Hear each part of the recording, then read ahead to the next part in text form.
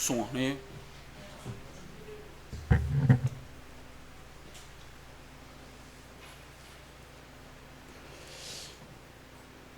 예. 7월달이 시작되면서 새롭게 시작하자라고 하는 말씀으로 여러분과 함께 귀한 은혜를 나누고자 합니다. 사람들은 어떠한 일을 할 때에 쉽게 실정을 느낍니다. 계획한 일이 제대로 진척되지 않을 때 쉽게 포기하거나 좌절하기도 합니다.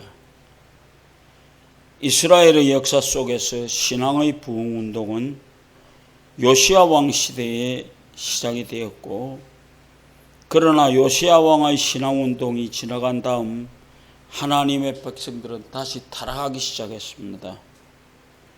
므낫세의 통치 기간 동안 부르짖던 사악함의 씨앗이 싹이 트고 성장한 것입니다. 결국 유다는 예루살렘의 번영과 평화를 빼앗긴 채로 바벨론에서 70년간을 포로로 지내게 되었습니다. 그러한 중에 하나님은 그의 백성들에게 자비를 베푸셔서 고레스를 일으켜서 하나님의 성전을 재건하려는 계획을 실행하였습니다. 결국 주전 538년 예루살렘으로 돌아가도 좋다는 법령이 포고되고 5만 명이 채 되지 못하는 작은 무리들이 70년간의 포로 생활을 마치고 예루살렘으로 돌아오게 되었습니다. 그러나 이들을 반기는 것은 성읍이 폐허되어 있는 것이고, 더욱이 실망스러운 것은 이 작은 무리들이 마음속에 진정한 영적 사업에 대한 열망을 찾아보기 어려웠다는 것입니다. 한번 생각해 보십시오. 그들이 도착한 게 2달이 되어서 성전의 기초로 나온 것은 사실입니다. 성전의 기초를 놓고 무언가 새로 시작했는데 그들은 금방 실망해 버렸습니다. 그리고 모든 일을 그대로 멈추어 버렸습니다. 그 후 16년이 지나는 동안 백성들은 그 일을 그대로 팽개쳐 둔 채로 만족하고 있었습니다. 이때에 일어난 선지자가 학개와 스가랴, 이 두 선지자가 일어나서 하나님의 말씀을 선포하고 이스라엘의 신앙 부흥을 다시 전개시켜 나갔습니다. 이것이 시작된 게 6월이었습니다. 6월. 그런데 6월은 이스라엘 땅의 여름 과실이 끝나는 시간입니다. 좀 더 말하면 수확 시간이 다 지나간 시기입니다. 공교롭게도 여름이라는 단어는 히브리어에서 끝난다는 단어와 발음이 똑같습니다. 결국 여름이라는 것은 끝을 의미합니다.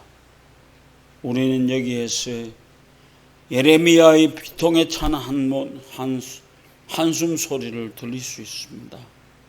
예레미야 8장 20절, 추수할 때가 지나고 여름이 다하였으나 우리는 구원을 얻지 못하였다라고 하는 것이 예레미야 8장 20절에 나옵니다.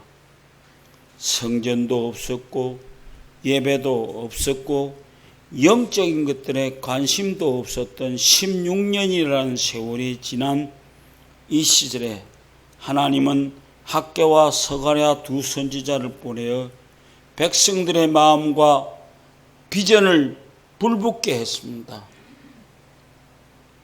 이러한 시대에 새로운 비전은 우리에게도 필요한 것이며 꼭 있어야 할 것입니다. 과연 하나님께서는 우리 참빛교회를 통해서 무엇을 이루고자 하시는 것일까요? 선지자 하박국 3장 2절에 하나님이여 주의 일을 이 수년 내에 부흥케 하소서. 이게 하박국이 하나님 앞에 기도했던 제목입니다. 우리 교회가 가지는 기도의 제목입니다. 나아가서 우리는 참빛교회 성도들의 소망을 가지고 있을 때입니다. 그렇다면 이 2022년에 무엇을 어떻게 함으로써 교회를 위한 우리의 일을 감당할 수 있을까요? 하나님께서 과연 바라는 것이 무엇일까요? 학개서 1장을 통해서 우리는 좀 살펴보고자 합니다. 첫째로 학개서 1장 1절에서 6절까지 하나님의 일에 대한 핑계를 버리고 바로 시작하자는 것입니다. 60세 고령이 된 선지자 학개는 통렬하고도 직설적이고 단도직입적인 것으로 백성들에게 폐허한 성전의 재건을 열성으로 불러일으켰습니다. 하나님께서 이스라엘 백성에게 요구하는 바를 분명하고도 단호하게 선포하고 있습니다. 그것은 무엇일까요? 바로 성전을 재건하는 일입니다.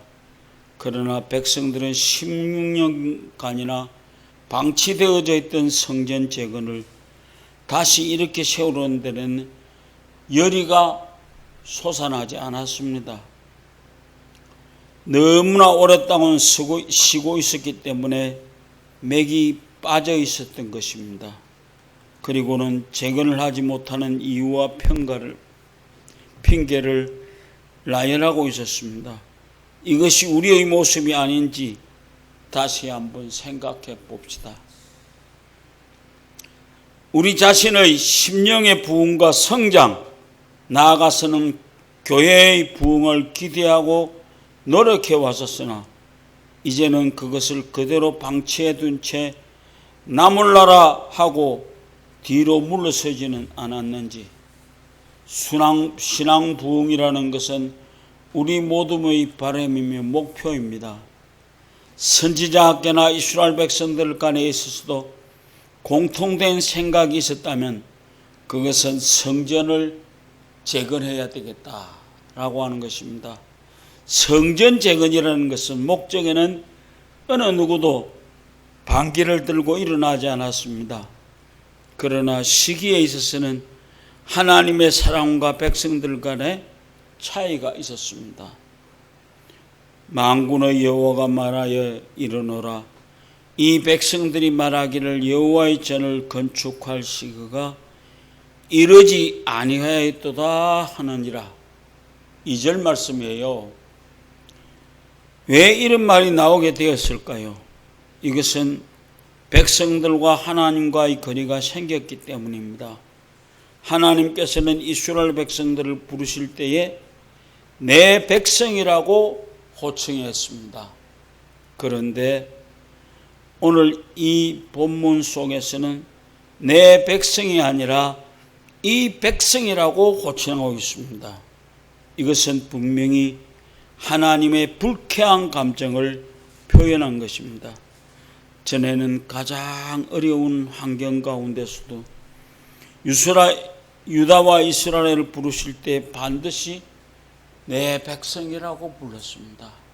그런데 오늘 이 본문 속에서 이 백성이라고 하는 호칭을 하고 가십니다. 이것은 분명히 하나님의 불쾌한 감정을 표현하고 있는 것입니다. 전에는 가장 어려운 환경에도 하나님은 이스라엘을 반드시 내 백성이라고 부르셨습니다. 그러나 그들의 심각한 죄는 그들과 하나님과의 관계를 절망적으로 불편하게 만들어 버렸습니다. 그래서 그러기에 그들은 하나님의 일을 하기에는 해야 되지만 아직은 때가 이르지 않았다고 핑계하고 미루고 있는 것입니다. 어쩌면 성전을 건축한 제목이 준비되지 않았다고, 우리의 경제 사정이 어렵기 때문이고 인력도 부족하기 때문에 적절한 시기가 아니라고 불평불만하는 그런 모습이 오늘 여기 나타나고 있습니다.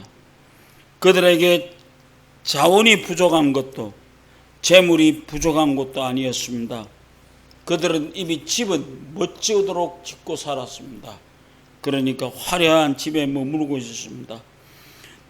대리석으로 집을 짓고 백향목으로 내장을 하고 수억짜리 이틀리짜리 가죽을 들여놓고 화려하게 거지없는 모양새를 갖추어 놓았습니다.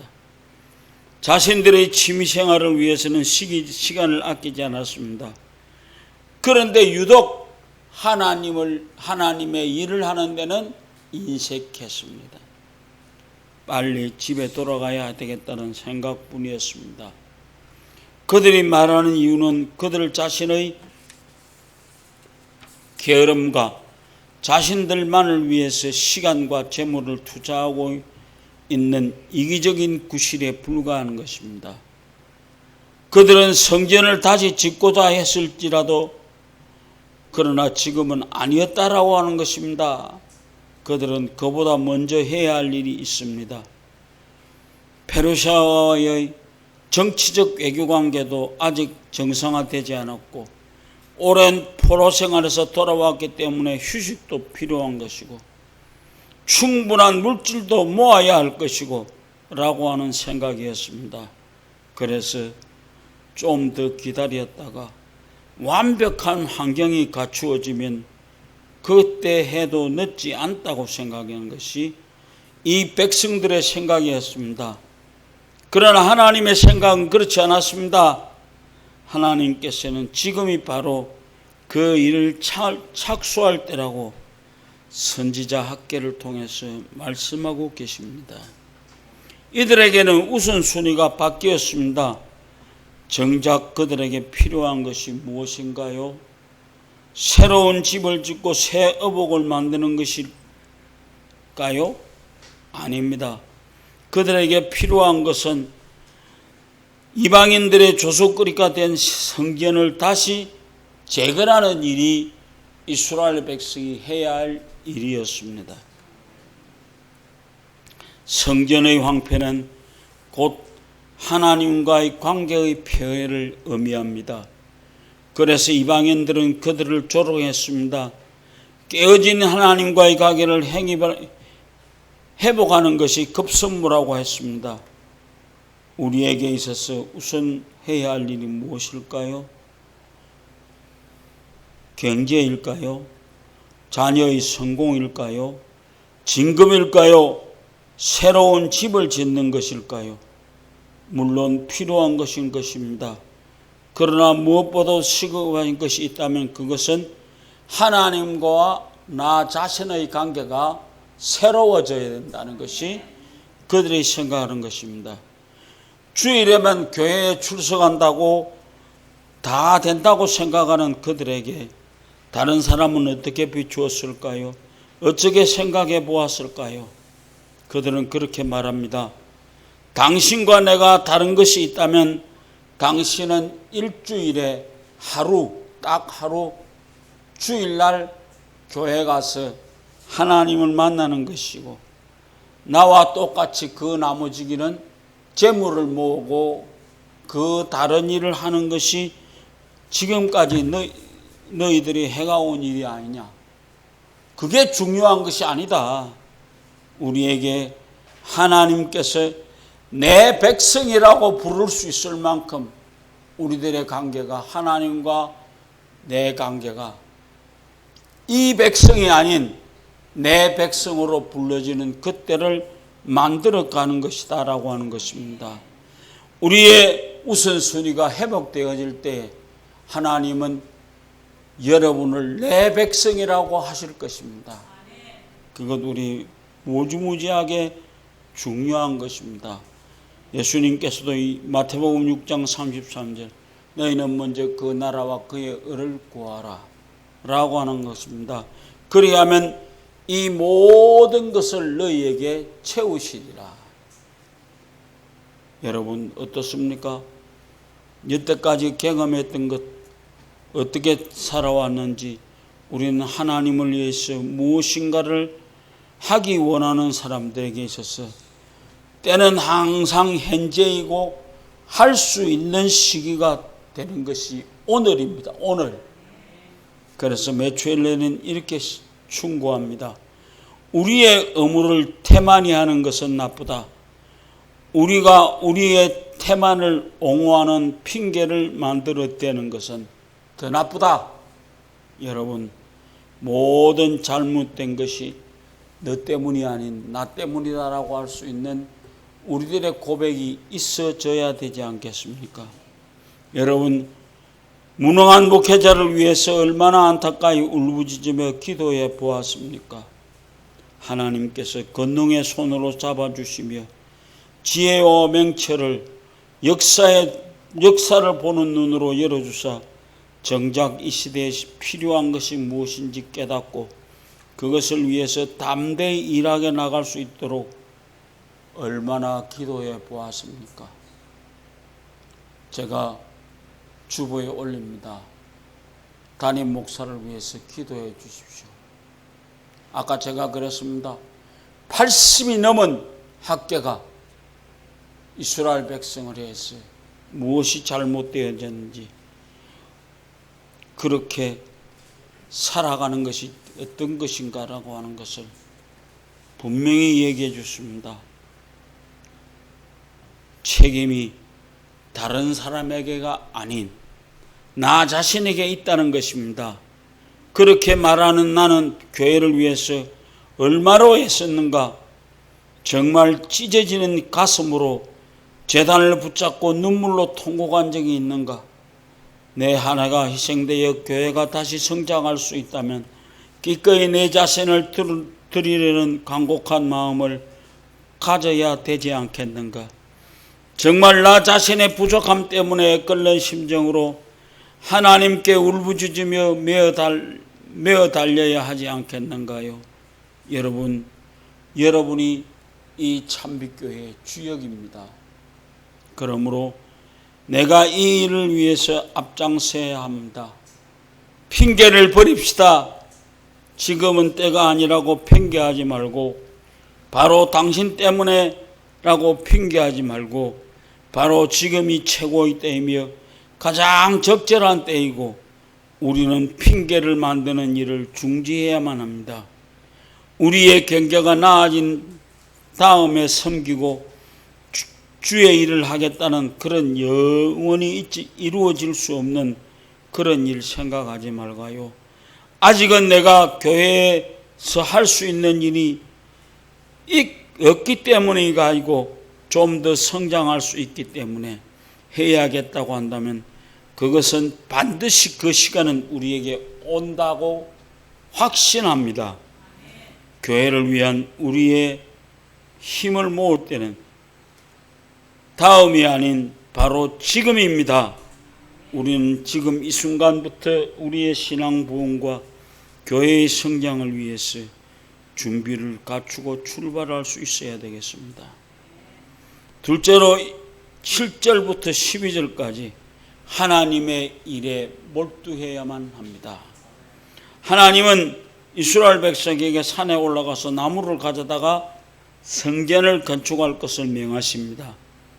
백성들에게 산에 올라가서 제목을 자르고 그것을 가져다가 성전을 건축해야 할 필요가 있다는 것은 중요한 일입니다. 16년 전 그들은 성전 건축을 위해서 재물을 모았습니다. 그러나 이제는 어떻게 되었습니까? 쌓여진 장소는 성전의 기초가 놓인 다음에 계획이 방치됨으로 맞아서 쓰레기 더미가 되어졌습니다. 혹은 백성들이 제목을 훔쳐다가 집을 짓는 데 사용했습니다. 어쨌든 이제 그 계획을 수행하려면 새롭게 대처해 가야 되겠습니다. 이제 그들은 옛것이 아닌 새 것으로 일을 시작해야 하며 그 일을 위해서 몰두해야만 합니다. 지금까지의 구태의연한 자세를 버리고 새롭게 시작합시다. 우리는 머리를 맞대고 새롭게 시작하기 위해서 우리의 지혜와 힘을 모아야 합니다. 이대로 방치해 둘 수는 없습니다. 우리는 우리의 마음과 생각을 신앙 부흥이라는 뜻에 맞추고 몰두해야만 합니다. 우리는 하나님의 일에 몰두해야만 합니다. 주일날 한 번만 교회 와서 몰두할 것이 아니라 일주일을 교회의 부흥을 위해서 무엇을 할 것인가를 생각해 가시는 여러분들 되시기를 바랍니다. 우리는 목사를 중심으로 해서 교회를 위해서 하나님을 일을 이루어 가겠다는 신념을 하고 또 하나가 되어야 합니다. 그들의 지도자와 함께 하나님께 순종함으로 이런 놀라운 효과를 나타내었습니다. 하나로 모이자 우리는 분열된 생각들을 오직 하나님의 일에 몰두함으로써 지도자를 중심으로 밀고 나가야만 합니다. 셋째로